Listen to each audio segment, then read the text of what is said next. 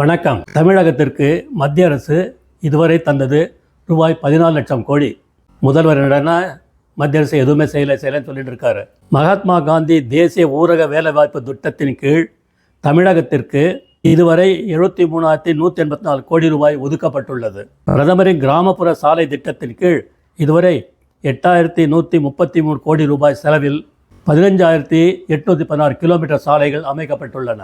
பிரதமரின் ஸ்வநிதி திட்டத்தின் கீழ் 4.18 லட்சம் தெருவோர வியாபாரிகளுக்கு 1,028 கோடி ரூபாய் கடன் வழங்கப்பட்டுள்ளது. பிரதமரின் மாத்ரு வந்தனா திட்டத்தின் கீழ் மகப்பேறு திட்டத்தின் கீழ் இதுவரை 7.80 லட்சத்திற்கும் அதிகமான பயனாளிகளுக்கு 284 கோடி ரூபாயில் உதவிகள் வழங்கப்பட்டுள்ளன.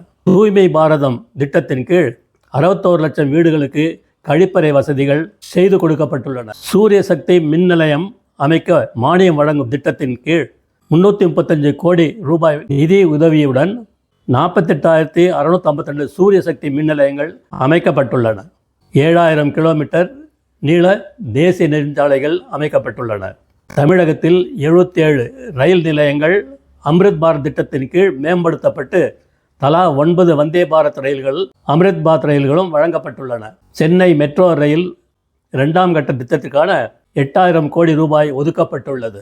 திருச்சி சர்வதேச விமான நிலையத்தில் 1,100 கோடி ரூபாயில் புதிய முனையகம், தூத்துக்குடியில் 452 கோடி ரூபாயில் புதிய முனையகம் கட்டப்பட்டுள்ளது. முதல்வர் எதுவுமே செய்யலைன்னு பொய் சொல்லிட்டு இருக்கார். ஜெய்ஹிந்த்.